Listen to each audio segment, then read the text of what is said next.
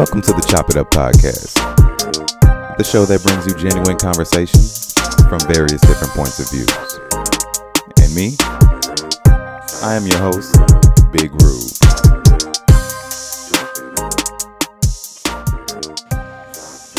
All right, welcome back to the Chop It Up podcast. This is your host, Big Rube, and today we have for you a wonderful treat.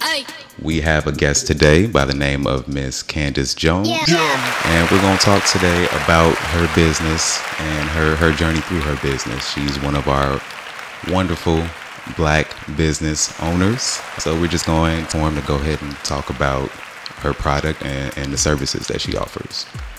So, how are you doing today, Miss Candace? I'm great. Thank you for having me. No problem. It's a pleasure to have you here. Do you want to tell everybody just a little bit about yourself, where you're from, just a little background? For sure. So, yes, like you said, I'm Candace Jones. I am a yoga teacher, and I also own a business called Noel DeLune, where I make crystal-adorned accessories for my herbal enthusiasts, my 420 fam. Okay. So, I'm from the west suburbs, but lived all around Chicago in my schooling years. And I just came back out here to live after school was done, set up my business and teaching yoga, and also my grinders. Herb grinders is what I'm starting with. Okay. Sounds good. So you have a couple things going on for you. And how long have you been instructing yoga? It will be 2 years that I've been certified this fall. I've been actively, consistently teaching for over a year, like a year and 2 months. So it's been nice. It's been a great journey. Okay. You hear that, y'all? She's certified. So she's not just, taking stuff off of YouTube and trying to use that. And where can anybody that's interested in, participating in one of your courses go? Well, the bright side of the pandemic is I've been teaching live sessions via Zoom. Okay. Like a lot of instructors have.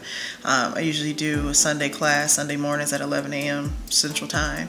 My Instagram is Chase Shadows 89 for yoga. So that's where people can follow along, keep up with the schedule, and DM me if they have any questions. And it also links to my business page as well if they want to look into that as well. And now, so if they go to your business page, will they have the information for the Zoom session? If you want to attend the class, I ask people to DM me their email. That way they're not spammed, and I'm not just sending people email invites every week. I only send it to people who want to join. And so you just have to message me your email address. I usually respond within an hour or less, unless I'm asleep. And then about an hour before class begins on Sundays, I just send the email with the invite link, and it's there for you to join. Sounds easy to follow. Now, also, you said that you have the herb grinding business that you were doing as well. What inspired that? So the herb grinder business was inspired by my love for crystals and my friends who love the herb. I don't smoke a lot, so I guess it's easy for me to make them and not use them, even though I don't think you would need multiple grinders. But I like crystals. I've always loved crystals and stones since I was a kid. Sailor Moon is my favorite cartoon from childhood. Okay. And that's centered around crystals. So I just came across, someone actually had made one on Instagram, but it wasn't her thing. She just made it for herself. And I said, that is a cool way to incorporate both crystals and the metaphysical as well as your session, because a lot of people do take their smoke session as a meditation. True. So of course it ties in with the yoga. Ganja yoga is becoming a big thing these days. So I just feel like if you want to bring more intention to your session, is my tagline. It has crystals that I intuitively pick, that are ethically sourced, and you can pick a crystal that speaks to you, or there are descriptions for what each crystal speaks to itself, if there's a need you have, or they're just pretty, and they're very discreet. So they're like wooden, they look like wood. So it looks like basically a crystal is sitting on top of a wooden stand. Okay. So you can leave your herb grinder out and it becomes a conversation piece. So you don't have to hide it in a stash box. If you want to, it's cool, but if you want to leave it out, it's a pretty piece of artwork as well. Right, and it won't look necessarily just like a grinder. No one usually knows what it is when they see it closed. Okay, so it's nice and inconspicuous, but then at the same time still, colorful and tasteful. Exactly. Perfect blend. All right, so now you came up with the idea, you were inspired by seeing someone else make something similar, and then you just took it and was like, okay, I see how I can actually make this really work. Yes, I knew with marijuana being made legal at the beginning of this year, I wanted to find a way to get into that but still be true to my yoga practice. I knew it wanted to be something with crystals. There are a gang load of people selling crystals on Instagram and Etsy. So I didn't want it to just be loose crystals. So I wanted to do it for both. And you find a unique following with that whole metaphysical plus people who are into consuming cannabis. Like I was saying, a lot of people in yoga. So how I got started doing yoga, I used to lift weights a lot, and I knew I needed to start stretching. So I started going to restorative yoga classes, which are more relaxing, more focused on meditation, deep stretching. Okay. And so the gym that I was working at was above a dispensary. And what a coincidence. And a guy who worked at the dispensary would come to the gym. And he told me about the different strains. So long story short, he was my legit weed man, but I didn't have a medical card, so he would give me I like gummies, I like the edibles. So basically I took an indica gummy and I went to yoga, and I'm telling you, that was a life-changing experience. It was so relaxing to just calm the mind and the body and to relax, and that's really what kept me going back. So that pretty much kind of sparked it right there for you. Like, okay, this could actually be something. If it makes me feel this way, then So then I started taking the yoga practice more seriously, not only for the physical benefits, but for the mental. And that led me down the path of finding the studio that we're in now. So a shameless plug, shout out to local yoga loft, Forest Park. Plug them. And everyone, the owners were so nice here that they told me, there could be a certification process. And I said, well, I haven't really been practicing that long. Should I really learn how to teach? And they said a lot of people take the yoga teacher training to teach or just to deepen their own understanding of the philosophy behind it, which I didn't even know about. So I got my certification. My mother was my first student, and it's been just wonderful ever since. I really enjoy doing it. So I teach yoga as well a couple times a week. I do it where I don't want it to become like a job. Okay. I want it to still be fun for me, where I can still be of service to others.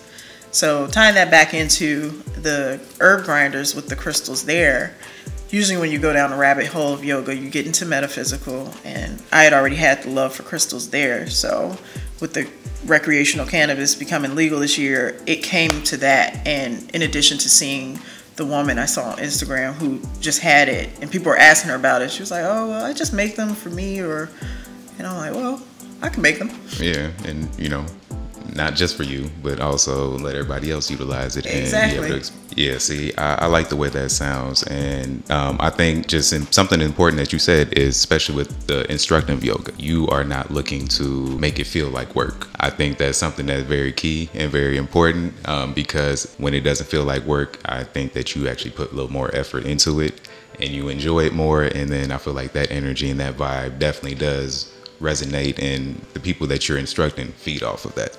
Absolutely. Versus where, you might just be like, oh, it's another class. I think that they'll definitely be able to feel like that vibe and the energy will definitely be different.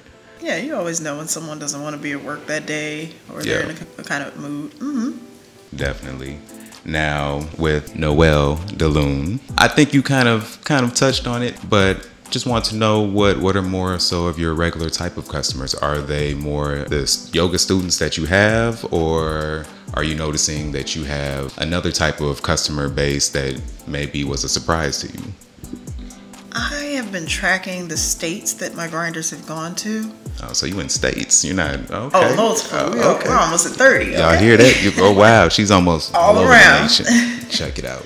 I found that it actually is. I don't know how to explain it. It's a lot of, it is mainly women. There is a corner pocket of the following that is the ganja yoga. And I do that purposely, you have to find your niche. Right. So you have to find your audience, and I found that they are a big part of my consumer base. A lot of the other buyers will just be your everyday people who like aesthetics, and I call them the Tumblr fam because I'm one of them, and they just think, oh, it's just something pretty, and it just feels like it elevates your space, and it speaks to, you know, just having nice things around you, uplifting your mood. So some people might not buy into the metaphysical properties of crystals, but you can't deny that having something that is appealing rather to the eye in your space, and in conjunction with, you know, whatever theme you have, does do something. It makes your home more enjoyable, and especially with us being at home a lot, that does matter. So I know at the beginning of the pandemic, I did my first in-person selling event in Wicker Park, where all the young cool kids are, right? And it was so great. It was amazing. I did really well that night. So I was so excited to sell in person because you get to, you know, meet the consumer as opposed to them just being address on a statement or a shipping label. And then, no lie, maybe a week later, everything started getting shut down. So I do find that the base it's either ganja yoga, the people who look like they have a very curated feed on social media, or just, you know, your everyday average ganja enthusiast who wants to support a small business and thinks it's a unique idea, which I appreciate as well, because it's like, oh, I didn't think about that. Like putting them together, I like that. And then I find that men gravitate to more of the dark crystals. I mean, it makes sense. Smoky quartz goes well with the men, or clear, different crystals for different reasons, but they usually do well with the smoky quartz, which is very grounding energy from that crystal. Now, when someone purchases one of these herb grinders, as far as what comes along with it, do you also provide the information of the characteristics of the crystals that come on top of them? Yes, so I sell via Etsy, so I have an Etsy store under the Noelle DeLune name. Check her out. And every crystal, every grinder, and the crystal that comes with it or atop it does have a breakdown of what it is metaphysically, what it stands for. So some people will ask me to pick out one for them. I was just gonna ask if you give recommendations if people ask for them. They'll ask me to pick one out for them. I find that the raw crystal pieces do better than the polished pieces, which makes sense because you know that's a unique piece. Right. Even though the pyramids, because I have some that like polished pyramids on top of the grinders, those do well as well. And they're unique as well because this is still a crystal. It's going to look different. No two will look alike. But the raw pieces, that resonates with a lot of people, the points. And for myself, for my own collection of crystals and whatnot, I love clusters. I don't really like polished and refined pieces. Something about like that raw crystal quality just speaks to me. Yeah, no, I understand because, you know, I'm a little into crystals myself. So, you know, I don't know. I feel like the energy level is just a little bit higher with those. I don't know. That's my it's natural. So you said that you've been instructing yoga for about 2 years. How long have you been in the business of selling herb grinders? I launched my first set of grinders. They're launched in sets. I try to launch them 25 or 30 pieces because it takes me a while to make them.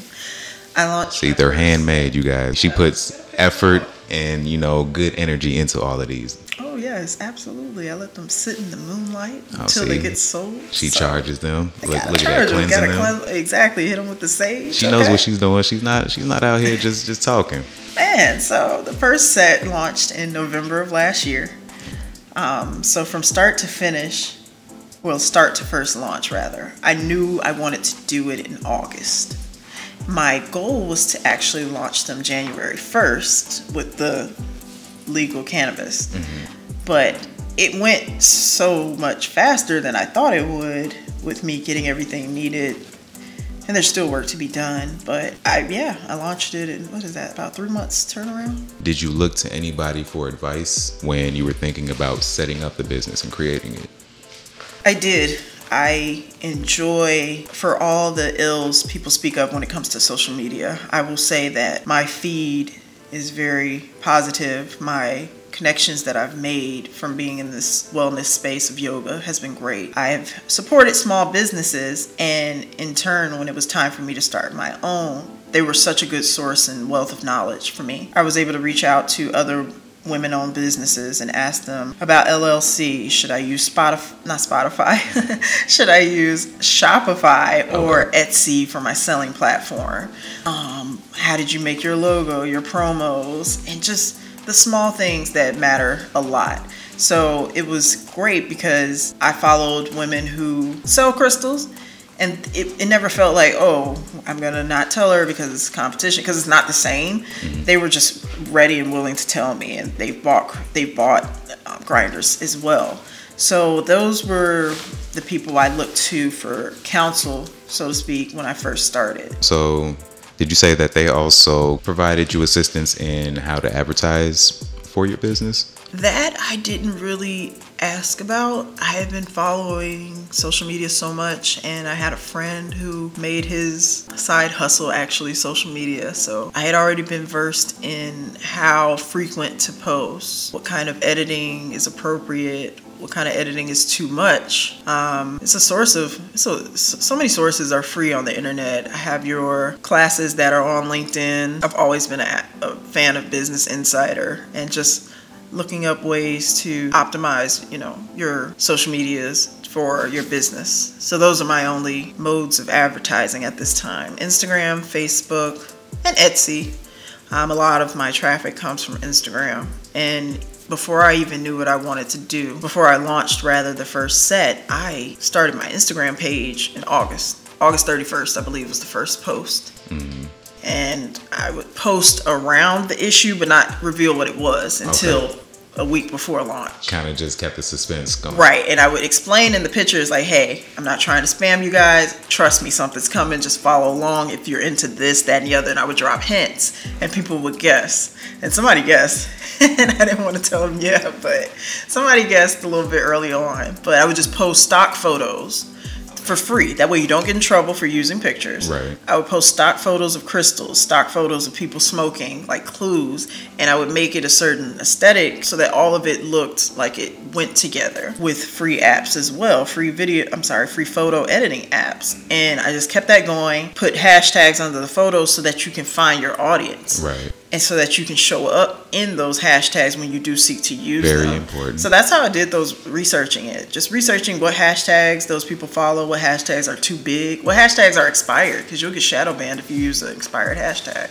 And that happened to me early on. And when you get shadow banned, you lose 2 weeks of visibility. So and that's a lot. Okay, so for those who are not really familiar with shadow banning, what exactly is that? So shadow banning is when you use an expired hashtag, a hashtag that Instagram no longer deems within the community guidelines. When that happens, I'll give an example, but when that happens, the only people who see your post for the next 2 weeks are people who follow you. You do not show up in the hashtags anymore, even if you don't use that hashtag, for 2 weeks. Now, after your 2 weeks have gone past, you'll show up then, but at that time you've been buried in 2 weeks of additional content. So a hashtag that I found that expired with with anything, hump day. Hump day is, if you use hump day, you'll get shadow banned, because hump day got co-opted by people who was trying to show their cakes. So, trying to be a little, you see hump day, it no longer stood for Wednesdays anymore for some people. Weedstagram is a huge hashtag. It got expired. So if you use Weedstagram, you'll get shadow banned for 2 weeks.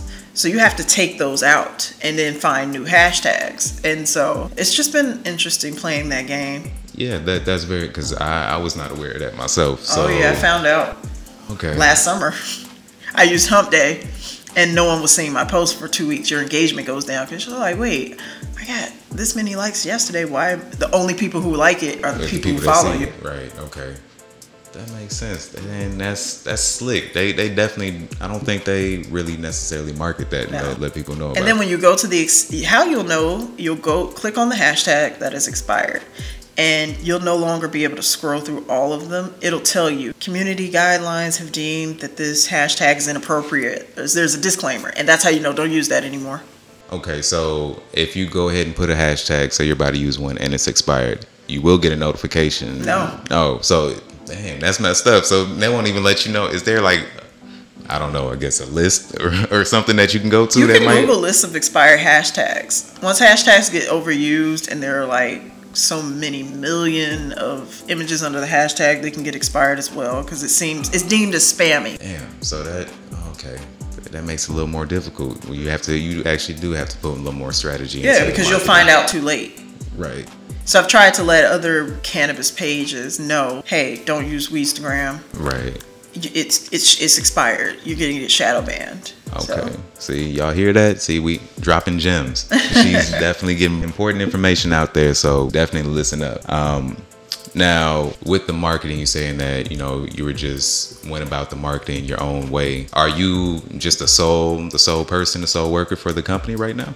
It's just me. My cousin, she does my photos for the first 2 rounds. My first 2 drops, she did my photos because she is a professional photographer. She's just finished high school, but I'm all about supporting my family, and she's amazing at what she does.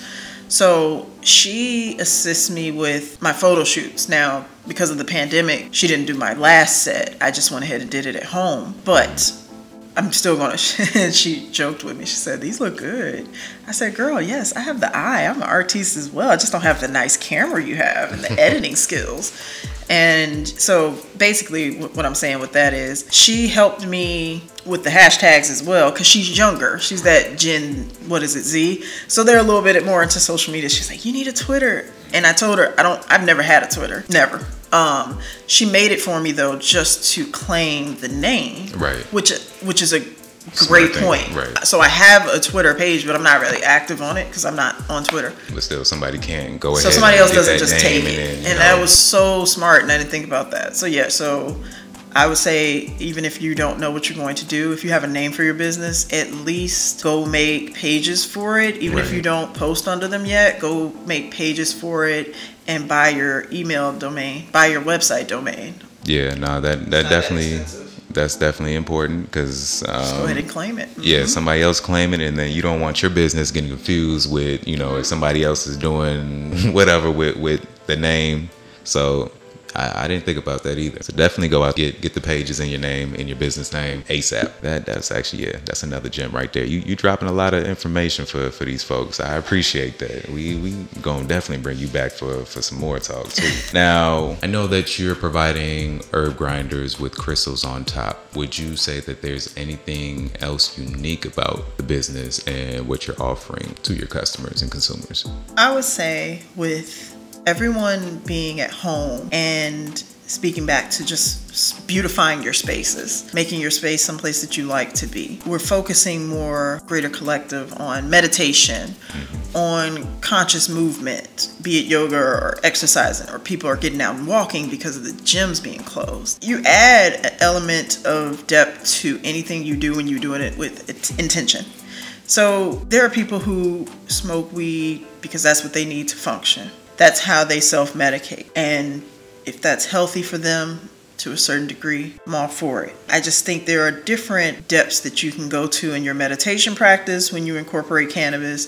There are ancient practices of people being in groups and doing the smoke circles, using different elements of, cannabis or your other hallucinogens and things of that nature. So I feel like people are getting back to the natural order. And so crystals are having a moment. And so I wanted to be on pulse with what people were into while still being authentic and acting within integrity. That's exactly what I was just going to say. Right. So I wouldn't have done it if I don't like it. Like, it's hard. Like, I didn't understand, but it is hard when I see my crystals go. Because I like them. I think they're so pretty. I got a shipment in yesterday because I need to work on my restock. And I said, I'm keeping this one. This is mine. I can't let this go. So I love it when people post my grinders and when they use the hashtag, because I can see my crystals again. Like, oh, I remember you. And there are some of them, like one of them from my last set was a smoky quartz piece. I had never seen a crystal shaped like that. It was beautiful. I I know where it went, of course, but I just would love to know how it's doing. I would like if that customer posted a picture and said, hey, thanks. And I just would like to see how it's doing. Okay, well, see, customer, if you are listening, please go ahead and post a pic. She just wants to see how her baby's doing. So and make sure they're happy. Yeah, so there are so word of mouth is, of course, powerful. Definitely. Because I got 3 sales all from Chicago in the same day. So I knew it was somebody who told their friends. Mm-hmm. And it was so cool because they both posted videos of them using them. Okay. In different parts of the city. And of course, I always repost when people tag me. Right. And it was just so nice. She said, yeah, I really like this. It fits well with my other pieces. And, you know, it's just really elevated my smoke session. And that just feels so good to hear that. And so whenever she posts a picture, and she's posted a picture multiple times, it's like, it's in good hands. I miss it. So I think that's what's unique. Everybody always, like I said, when they're closed, I have a couple pieces to show you as well. When they're closed, you don't really know what they are. You just think it's a crystal on a stand. And I had to find that out going back to marketing. When I would post pictures of them, people didn't know what they were. So now I post pictures of them open because everybody knows what a grinder looks like on the inside. So the first round, they were all closed. And I think it didn't get as many hits as when I started posting them open. So like, oh, because when I did the in-person event back in March, people were like, hey, what are these? Are these herb grinders with oh my God, right. That's so cool. It's like, that's not something that you just expect to go ahead and see, even if you go into these smoke shops. Exactly. And then with that being said, so do you plan on expanding? Yeah, I was going to get to that. I mean, since I make them all, I've definitely gotten queries about wholesale. I would like to keep it a small operation and only do pop-up events. Maybe I need to educate myself more. I don't like the idea of leaving my pieces in a store unsold yet. I don't know how to explain it. That might just be me, like I said, getting attached to these things. Mm-hmm.